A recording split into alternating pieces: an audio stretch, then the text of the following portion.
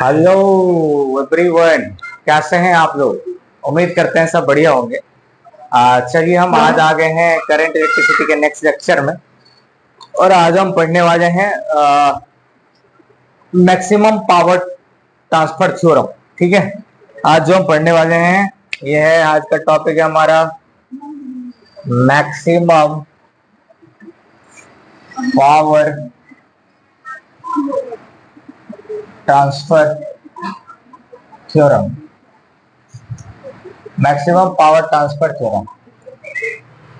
So before coming to the maximum power transfer theorem, we need to discuss about the power. किसके बारे में discuss करना चाहिए अपने को? पावर के बारे में डिस्कस करना चाहिए before going to this chapter topic. तो क्या है हमारा, सबसे पहले हेडिंग दीजिए power. What is this power? Power क्या होता है? पावर का मतलब होता है कि amount of energy consume, amount of energy consume per unit time. Amount of energy consume per unit time is called power. ठीक है, तो ये जस्ट डेफिनेशन हो जाता है, the amount of energy, amount of energy, amount of energy consume per unit time, per unit time, amount of energy consume per unit time called power. Basically जो power होता है, power is equal to, power is equal to its energy per unit time. What is power? This is a power equals to the energy per unit time. Understand?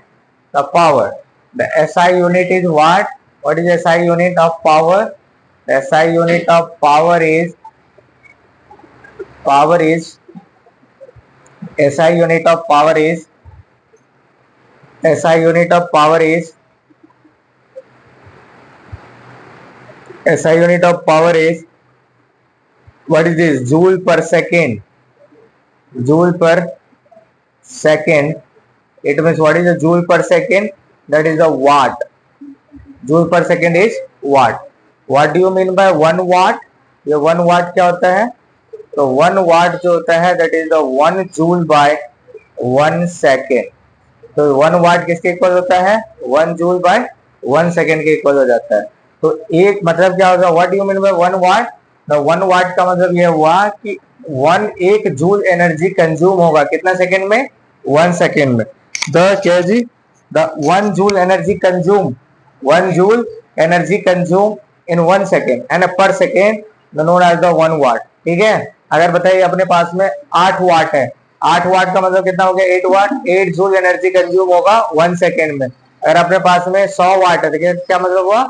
100 joule energy consume होगा 1 second में।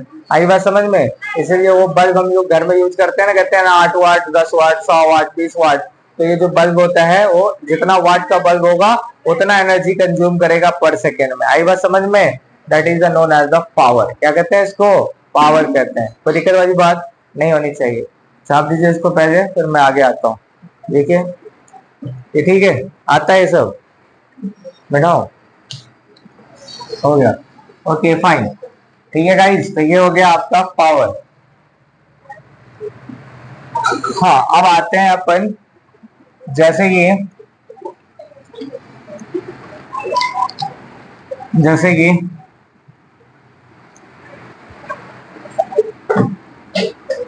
Power, power जो है जैसे हमने लिखा power equal to क्या होता है? एनर्जी बाय टाइम होता है।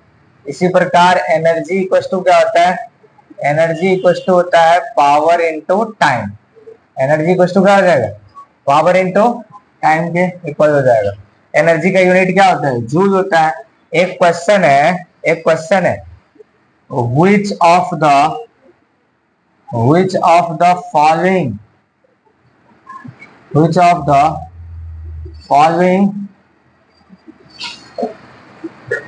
the following physical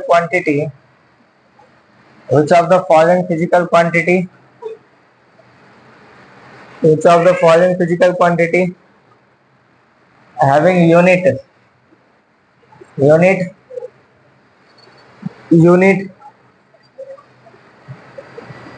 kilowatt hour KWH। Option number 1 है, इनमें से किसका यूनिट किलोवाट आवर होगा? ऑप्शन नंबर 1 है, ऑप्शन नंबर 1 जो है वो है आपका पावर। ऑप्शन नंबर 2 जो है वो है एनर्जी।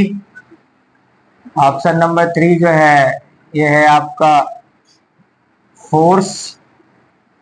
और ऑप्शन नंबर 5 जो है आपका वो है टॉर्क। इनमें से कौन सा ऐसा फिजिकल क्वांटिटी है जिसका यूनिट किलोवाट आवर है? ठीक है, जल्दी बताइए answer.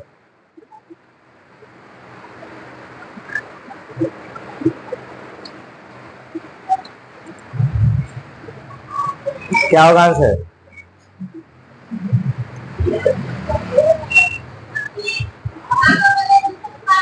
Which of the following physical quantity? Pause.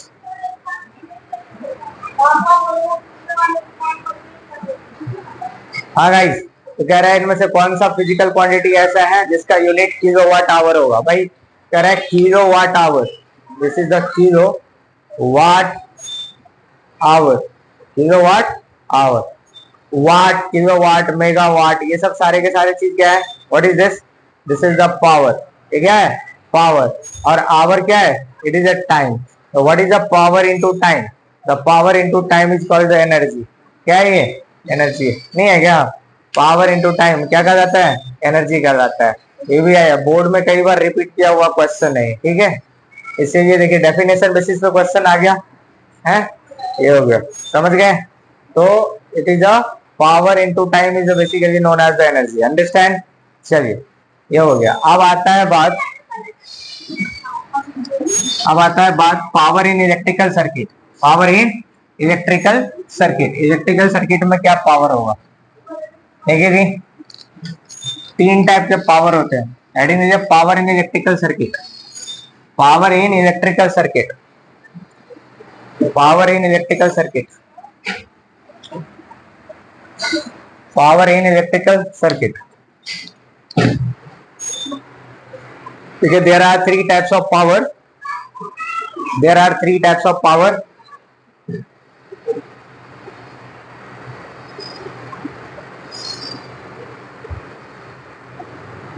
There are 3 types of power. The first is the power supply. Power supply. Power supply. दूसरा पावर कंज्यूम या पावर लॉस। पावर कंज्यूम और power loss.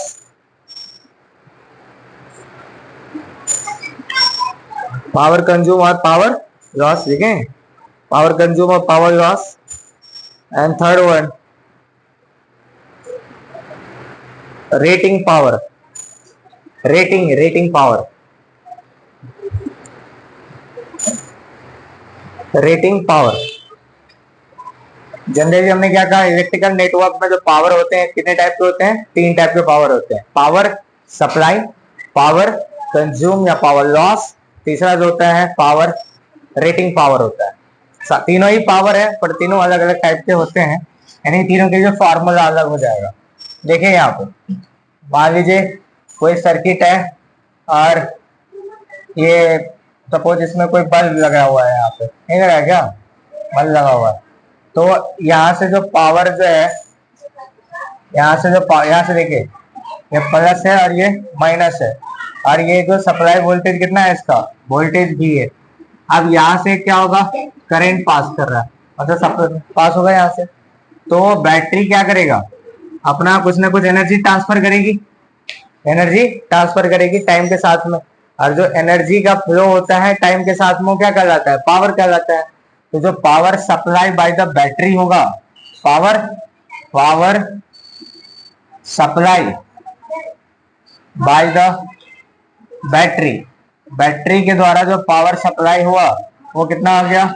It's a voltage गुने current. Voltage गुने current के बराबर हो गया power supply. ये पावर सप्लाई क्या हो गया, दिस इज अ वोल्टेज गुने करंट के बराबर आ गया, यानी कि पी सप्लाई बराबर हो गया वी आई, क्या हो गया, पावर बराबर हो गया वी आई। ये कैसे आया, आप इसको प्रूफ भी कर सकते हो कैसे आया, ठीक है, प्रूफ करने की आवश्यकता नहीं है, पर मैं आपको बता देता हूँ। यहाँ से हमने पढ़ा था ना, हमने पढ़ा था, क्या पढ़ा था हमने, पोटेंशियल बराबर क्या होता है, व्हाट इज पोटेंशियल, पोटेंशियल बराबर होता है W बाई क्यू, क्या होता है, पढ़े धन जी, V बराबर क्या होता है W बाई क्यू, तो W बराबर क्या हो गया, Q इंटू V हो गया। अरे है, अब पावर इक्वल टू क्या होता है, सुन लो, पावर इक्वल टू क्या होता है, वर्क बट्टा टाइम होता है ना, वर्क बाई टाइम, वर्क बराबर क्या हो गया, Q इंटू बी बट्टा हो गया T, Q बाई T क्या होता है, करंट, I इंटू बी, देखो यहाँ पे I इंटू बी आया कि नहीं आया, प्रूफ हुआ। तो ये हो गया आपका, यहाँ से प्रूफ भी कर दिया हमने आपको कि पावर बराबर हो गया आपका वोल्टेज गुने करंट हो गया, समझ में आई बात है, वोल्टेज गुने करंट। अब देखिए यहाँ से, एक तो ये हो गया बैटरी से जो पावर सप्लाई हुआ उसको कहते हैं वोल्टेज गुने करंट। तो यहाँ से पावर सप्लाई कितना हो रहा है, वोल्टेज इसके पास है 220 वोल्ट और करंट इस वायर के थ्रू जा रहा है, तो पावर सप्लाई हो गया यहाँ से वोल्टेज गुने करंट, नहीं समझ में आ रही है। नेक्स्ट हो गया, आप बताइए अब बल्ब क्या कर रहा होगा, पावर लॉस, बल्ब क्या कर रहा है, बल्ब यानी कि जो बल्ब है या फिर जो यहाँ से हम बोल सकते हैं कोई रेजिस्टर लगा हुआ है, क्या लगा हुआ है, एक रेजिस्टर है।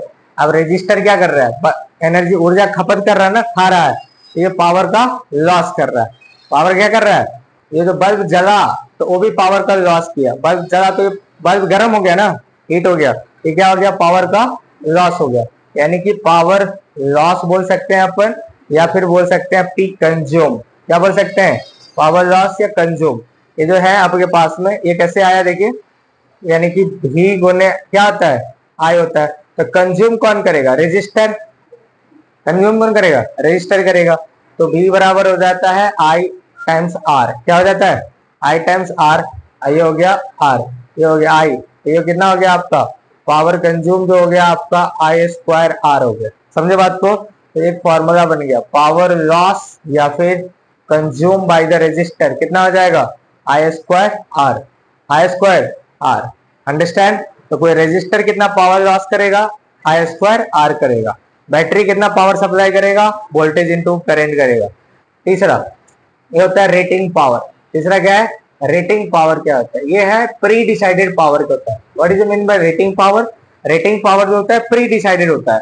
जैसे आप बल्ब खरीदिएगा तो बल्ब खरीदिएगा तो जो बल्ब बनाया कंपनी ने, वो पहले ने बल्ब की कंपनी ने डिसाइड कर दिया कि जो 220 वोल्ट की जो सप्लाई में जलाएगा कस्टमर, तो 220 वोल्ट जो है ये बैटरी का फिक्स है, कितना वोल्टेज रहेगा, इससे ज्यादा वोल्टेज में ये काम नहीं करेगा, उड़ जाएगा, इससे कम में भी काम नहीं करेगा, डिम हो जाएगा, तो 220 वोल्ट का उसके पास में वोल्टेज है।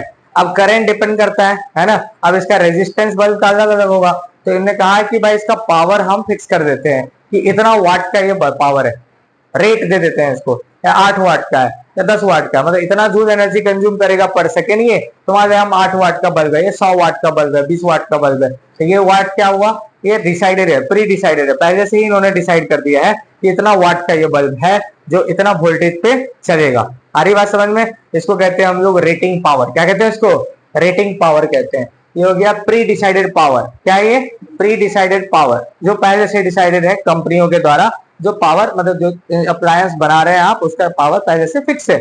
जो पावर जो होता है वो पावर का फॉर्मूला होता है V स्क्वायर बाय R, कैसे हुआ, V है, I बराबर क्या होता है V बाय R, यानी कि पावर बराबर जो भी पढ़ा था हमने वोल्टेज गुने करंट है, तो ये हो गया आपका वोल्टेज, ये हो गया I बराबर V बाय R, यानी कि V स्क्वायर बाय R, तो पावर बराबर क्या हो गया V स्क्वायर बाय R के बराबर। पावर इक्वल टू क्या होता है V स्क्वायर बाय R के बराबर होगा, कोई दिक्कत नहीं होनी चाहिए। तो पावर हो गया, सप्लाई पावर हो गया वोल्टेज इनटू करंट, और ये पावर लॉस या पावर कंज्यूम हो गया I स्क्वायर R, और ये हो गया रेटिंग पावर हो गया V स्क्वायर बाय R, ठीक है, रेटिंग पावर क्या हो गया V स्क्वायर बाय R, कोई दिक्कत वाली बात है नहीं होनी चाहिए,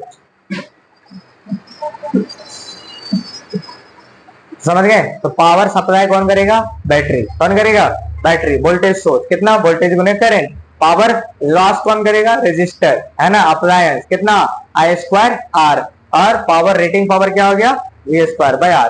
यानी कि ओवरऑल में बात करूं तो पावर का जो फॉर्मूला हो गया वो V इंटू आई, वोल्टेज गुने करेंट, फिर दूसरा I square by R, I square into R, और तीसरा हो गया V स्क्वायर बाय आर। जैसा आपको जरूरत है, डेटा जैसा दिया हुआ है उस हिसाब से फॉर्मूला लगाइए और आंसर लेके आइए। यस और no?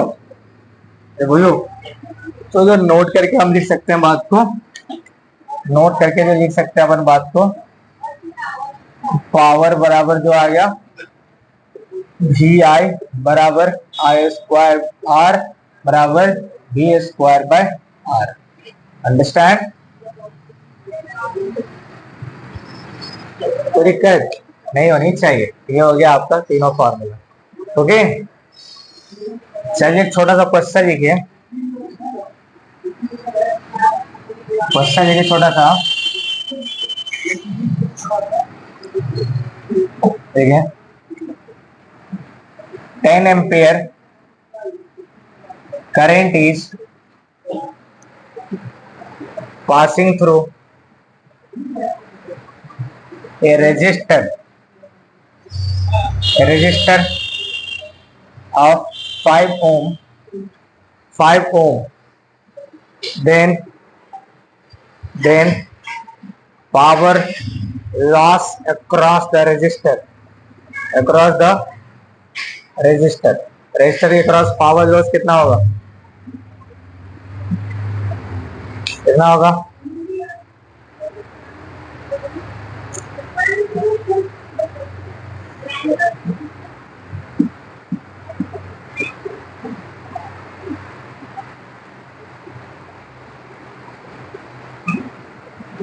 Power loss across the register क्या होगा?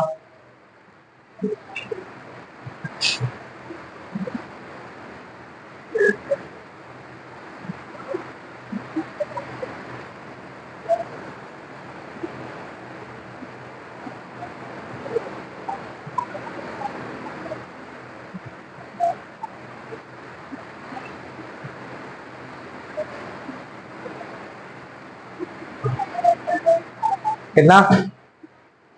देखिए यार, तो ये जो पावर लॉस का क्या फॉर्मूला होगा बताओ? आई स्क्वायर आर। नहीं होगा क्या? ये हो गया 10 का स्क्वायर इंटू 5, हो गया 10 का स्क्वायर इंटू 5, ये हो गया 100 इंटू 5, यानी कि हो गया 500 वाट। कितना आ गया? 500 वाट। कितना आ गया? 500 वाट। नहीं आया क्या?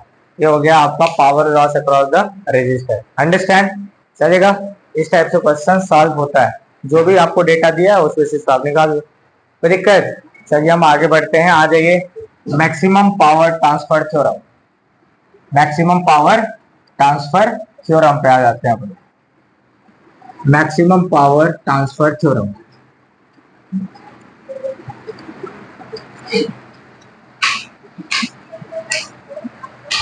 Maximum power transfer theorem. Maximum power transfer theorem. Maximum power transfer theorem. Okay, the maximum power transfer theorem. What is the maximum power transfer theorem? BBI topic है ये, मैक्सिमम पावर ट्रांसफर थ्योरम। गौर से सुनिएगा। Maximum power transfer theorem. What is this maximum power transfer theorem? जरा गौर से सुनिएगा।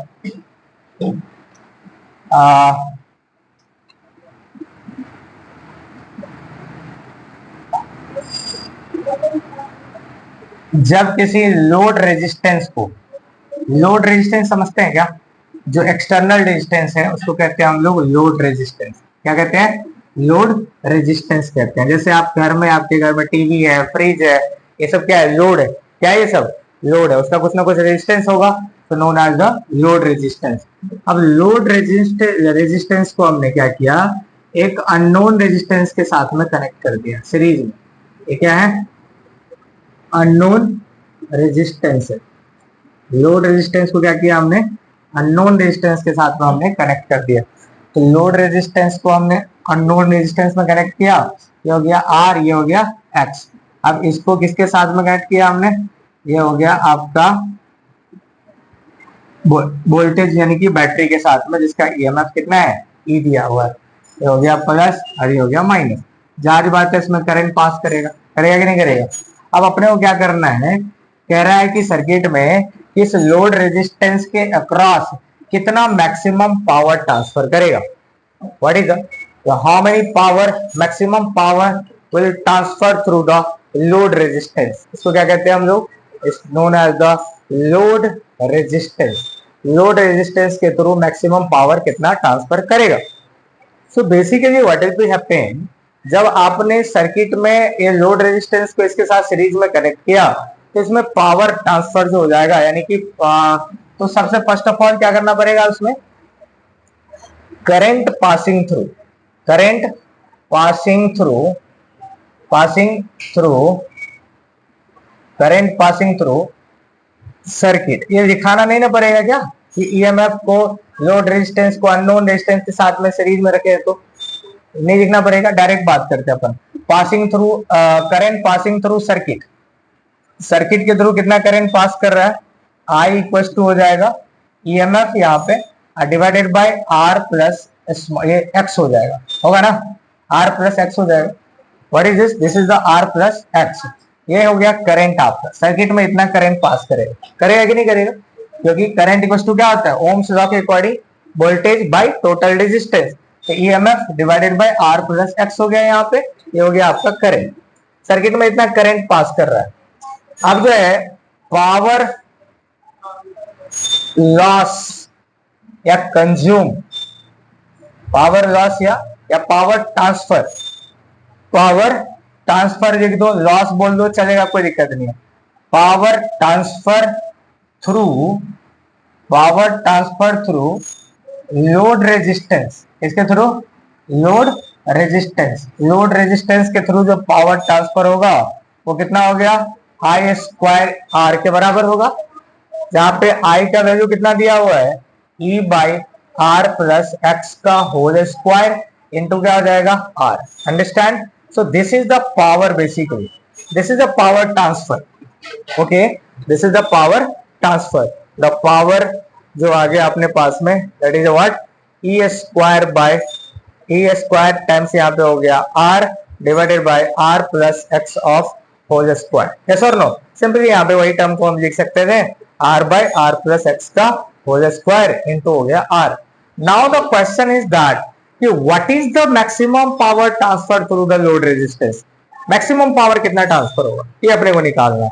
तो how do you calculate the maximum and minimum. अगर कोई चीज मैक्सिमम और मिनिमम कैसे कैलकुलेट करेंगे, how will you calculate the maximum and minimum. तो अपन को मैक्सिमा और मिनिमा निकालना है कि मैक्सिमा कितना होगा।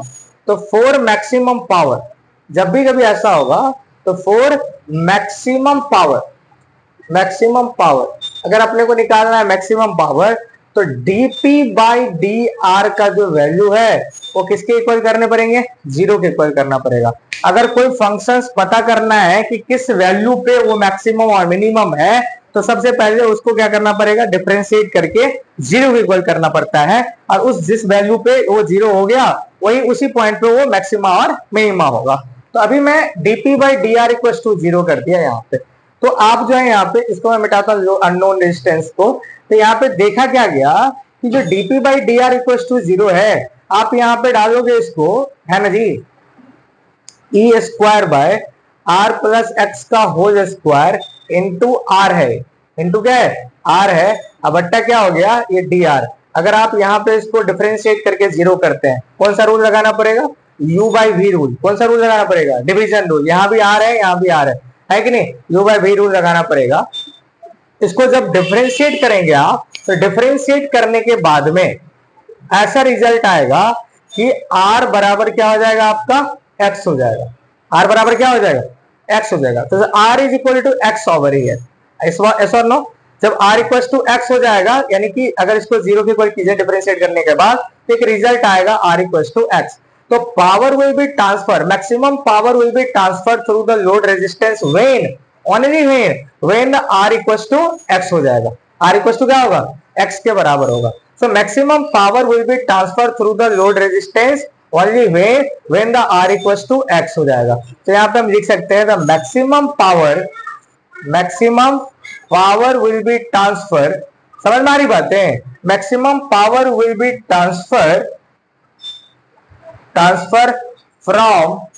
From load resistance R, from load resistance R, capital R, only when load resistance is equal to unknown resistance, दिख रहा है क्या वीडियो में, only when, ठीक है, only when the load resistance is equal to unknown resistance, चलेगा ना, R equal to क्या हो गया, X के बराबर हो गया, कोई दिक्कत वाली बात नहीं होनी चाहिए, छाप दीजिए यहां तक, फिर हम बात करते हैं। और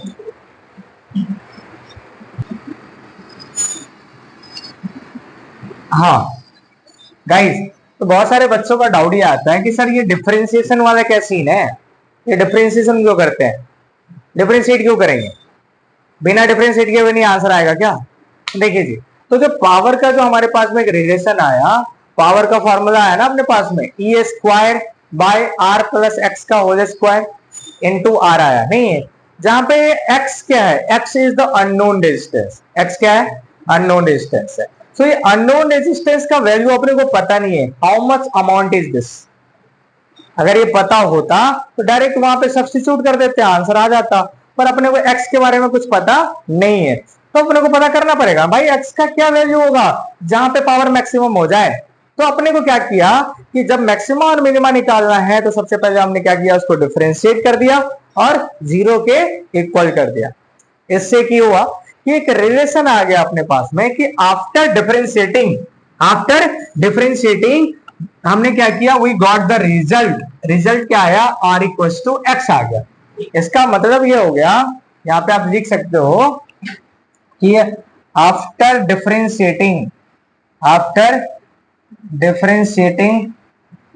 डिफरेंशिएटिंग वी गॉट, हम जो प्राप्त किए आर इज इक्वल टू क्या प्राप्त किया हमने, एक्स प्राप्त कर लिया। मतलब कि बोला जाए तो जो लोड का जो रेजिस्टेंस है, कौन सा रेजिस्टेंस, लोड का जो रेजिस्टेंस है वो रेजिस्टेंस जो है आपका है अननोन रेजिस्टेंस के बराबर आ गया, इक्वल आ गया, the load resistance is equal to the unknown resistance over here. अगर ऐसा हो जाता है तो पावर क्या होगा, मैक्सिमम हो जाएगा, है ना।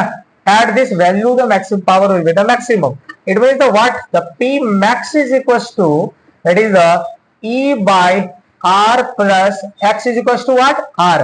X plus R of the whole square into R. So what is this? This is the E square by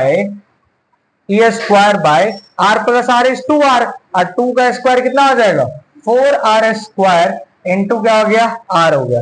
यानी कि एक R से एक R यहाँ पे क्या हो गया हमारा, कैंसिल, एक R से एक R क्या हो गया, कैंसिल हो गया। The result we got the E square by 4R. So what is the maximum power here? The P maximum is equals to E square by 4R.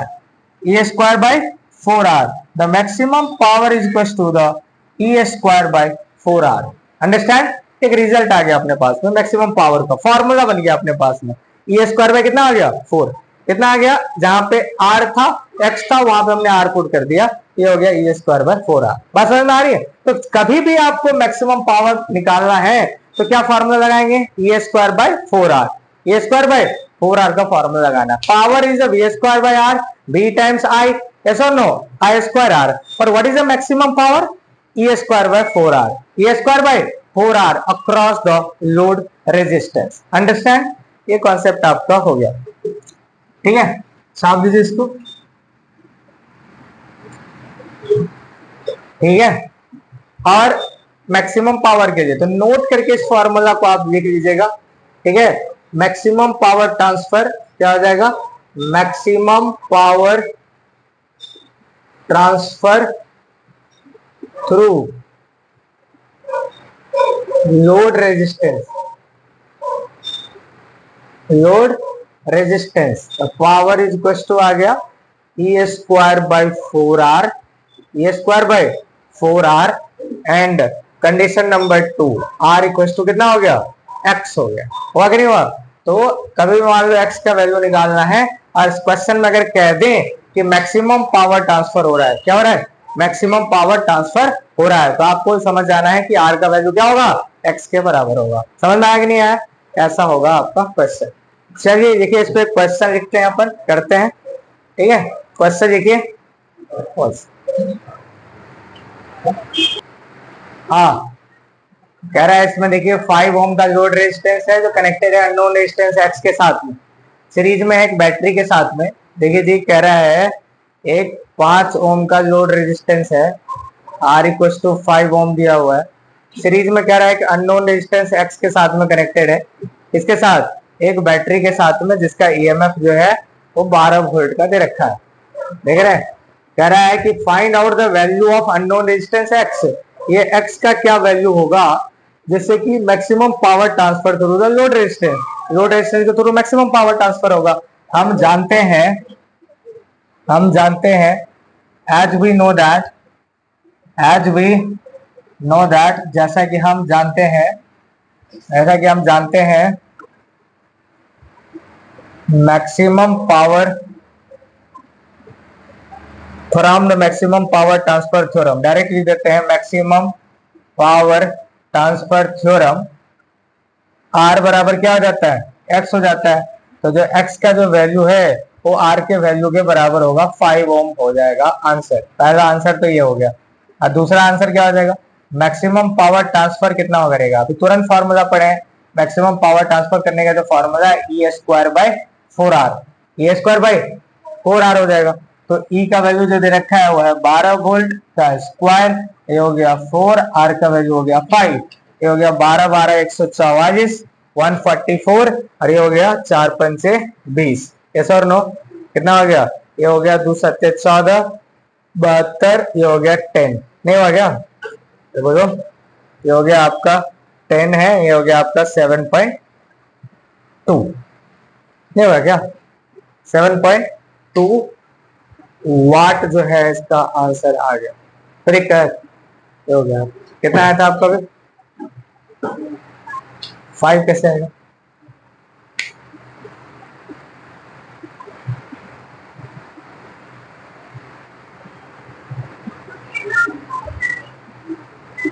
ठीक है, 7.2 आएगा, कोई दिक्कत।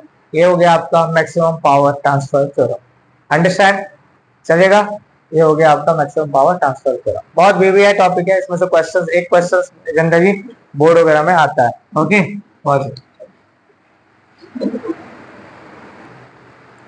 हाँ गाइस, नेक्स्ट है हमारा कॉम्बिनेशन ऑफ सेल्स या फिर grouping of sales.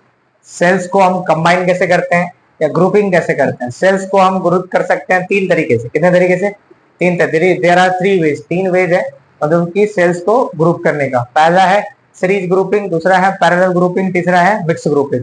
First is the series grouping, second is the parallel grouping, third is the mix grouping. आई बात समझ में, सीरीज ग्रुपिंग, पैरेलल ग्रुपिंग और mix grouping. Any doubt up to ये नहीं होने चाहिए। सीरीज ग्रुपिंग, पैरेलल ग्रुपिंग और मिक्स ग्रुपिंग, ये 3 तरीके से अपने को क्या करना है, इसको ग्रुपिंग करना है। ठीक है, चलिए तो अपन बात करते हैं अपन पहला, what do you mean by grouping. अपने पास में मान लीजिए बहुत सारे सेल्स है, सेल्स बहुत सारे हैं, बैटरी ईएमएफ बहुत सारे बैटरी है अपने पास में, और किस तरीके से उसको अरेंज करेंगे। क्वेश्चंस कैसा आता है पहले ये समझिए। आपको कहेगा कि हमारे पास 20 गो बैटरी है, कितना बैटरी है, 20 बैटरी है। अब 20 गो बैटरी को हम कैसे कैसे अरेंज करें, कैसे अरेंज करें जिससे कि हमारे सर्किट में मैक्सिमम से मैक्सिमम करंट पास करें। 20 बैटरी को हम किस तरीके, कितना को हम सीरीज में रखेंगे, कितना पैरेलल में रखेंगे, कैसे अरेंज करेंगे कि इसमें मैक्सिमम पावर ट्रांसफर हो। यस और नो, तो इस तरीके से क्वेश्चंस पूछा जाता है। तो सीरीज मतलब ग्रुपिंग करेंगे कैसे, है ना, उसको हम कंबाइन कैसे करेंगे इसको देखेंगे अपन। तो एक्चुअली क्या होता है कि सेल्स का ग्रुपिंग हम 3 मेथड से कर सकते हैं। एक होता है सीरीज ग्रुपिंग, दूसरा होता है पैरेलल ग्रुपिंग, और तीसरा होता है मिक्स ग्रुपिंग होता है। इस तीनों में हम लोग कंबाइन कर सकते हैं। अपन आते हैं अपन पहला में, that is the series grouping. क्या हमारा first is the series grouping. Series grouping क्या है, क्या है सीरीज ग्रुपिंग। आइए अपन सीरीज ग्रुपिंग में बात करते हैं। मान लीजिए हमारे पास में let's we have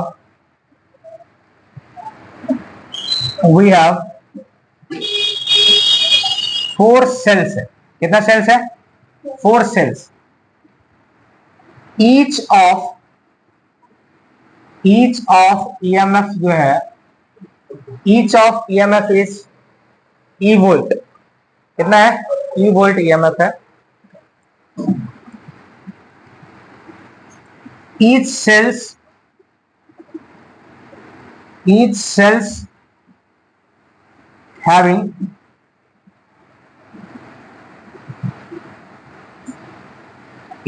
having internal resistance, each cells having internal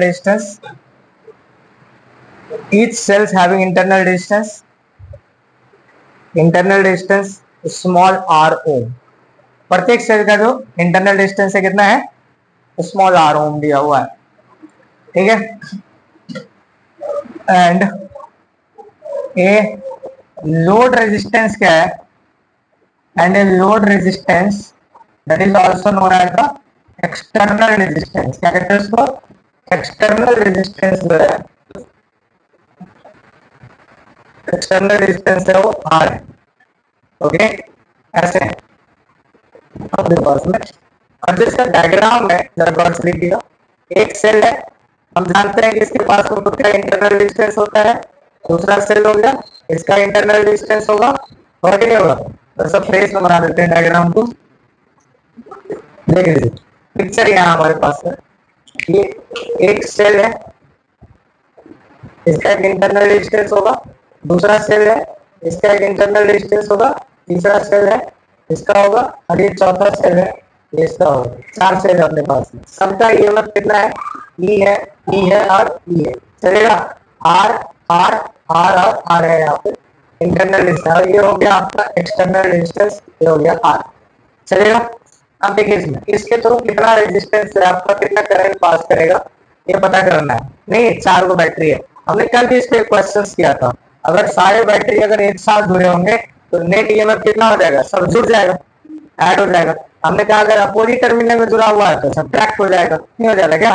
ये चीज पढ़ा हमने। तो अभी जो ऐसा है, 4 को सेल सीरीज में इस तरीके से दिखाया गया है। तो जैसा कि हम जानते हैं सीरीज में करंट क्या होता है? सब में सेम पास करता है। सीरीज में क्या होता है? करंट सबका सेम पास करता है। अब वोल्टेज क्या होता है? सबका अलग हो जाता है। तो नेट पोटेंशियल कितना होगा? जैसे कि एज वी नो दैट, इसे लिखेंगे एज वी डायग्राम के नीचे, एज वी नो दैट, जैसा कि हम जानते हैं, in series combination in series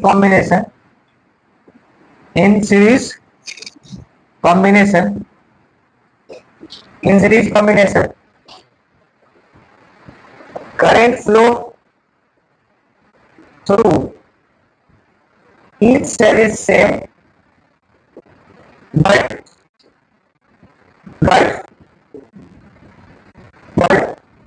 EMF is different here. नहीं, EMF is different, that is the voltage is different. So यहाँ पे जो नेट EMF आ गया, ये नेट जिसको हम कहते हैं, वो कितना आ जाएगा? E प्लस ई हो जाएगा, that is equal to 4E हो गया। यानी कि E इक्विवेलेंट जो आ गया अपने पास में, E इक्विवेलेंट जो आ गया अपने पास में, वो कितना आ गया? 4 टाइम्स E के बराबर आ गया। सपोज अगर n सेल्स होता, कितना सेल्स होता? n सेल्स होता, तो n सेल्स के लिए कितना हो जाता? n ही हो जाता, है कि नहीं?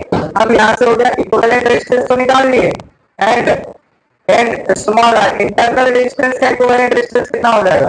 ये भी सीरीज में है, सीरीज में हो जाता है R plus R plus R plus R, यानी कि हो गया 4R। होगा कि नहीं होता? अगर ये n सेल्स के लिए हो जाता तो बताइए कितना हो जाता? n इंटू आर हो जाता। होगा कितना? होगा कि नहीं होगा? तो यहाँ से अगर मैं बात करूं तो सर्किट के थ्रू करंट कितना पास करेगा? How much current will pass through the circuit? Current कितना पास करेगा? ध्यान से सुनिएगा। तो current passing through the circuit में बात करें तो current flow through circuit, current flow through circuit से कितना करंट पास करेगा? तो I इज इक्वल टू हो जाता है, दैट इज द ईएमएफ, यानी कि E equivalent divided by R plus R equivalent हो जाएगा। क्या होगा? क्या बोला? R प्लस R इक्विवेलेंट हो जाएगा। ये फॉर्मूला होता है, पता है, E by R plus R।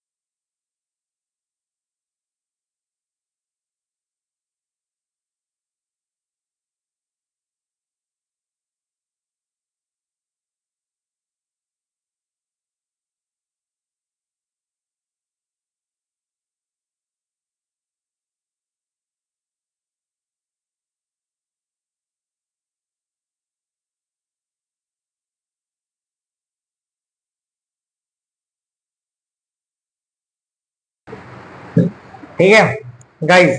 Next अपने पास में क्या, अपने पास में 6 सेल्स है। कितने सेल्स है? 6 सेल्स कह रहा है अपने पास में, 4 5 एक 6 सेल्स है। सभी 6 सेल्स को जो है एक एक्सटर्नल रेजिस्टेंस लोड से 10 ओम के रेजिस्टेंस से कनेक्ट कर दिया गया। सबका जो ईएमएफ दिया हुआ है 10 वोल्ट है, 10 है, 10 है, 10 है, 10 है, 10 है, और 1 ओम का रेजिस्टेंस दिया हुआ है ईच सेल का। तो कह रहा है कि बताओ सर्किट में करंट कितना पास करेंगे। अभी अभी तुरंत पढ़ा था हमने कि अगर 10 सेल्स को अगर एक इक्विवेलेंट सेल में कन्वर्ट कीजिएगा, कितना कीजिएगा, एक इक्विवेलेंट सेल में कन्वर्ट कीजिएगा तो ये आ जाएगा ई इक्विवेलेंट, इसका इंटरनल रेजिस्टेंस हो जाएगा आर इक्विवेलेंट, ये हो जाएगा आपका लोड रेजिस्टेंस यहाँ पे आर। होगा कि नहीं होगा? तो फॉर्मूला था आई इज इक्वल टू, क्या फॉर्मूला था हमारे पास में, क्या फॉर्मूला था, आई इज इक्वल टू, ये हो गया आपका ई इक्विवेलेंट, क्या था जी, E equivalent by R plus R equivalent था। यानी कि ई इक्विवेलेंट का वैल्यू होता है एन टाइम्स ई, होता है ना, that is n E by R plus n are.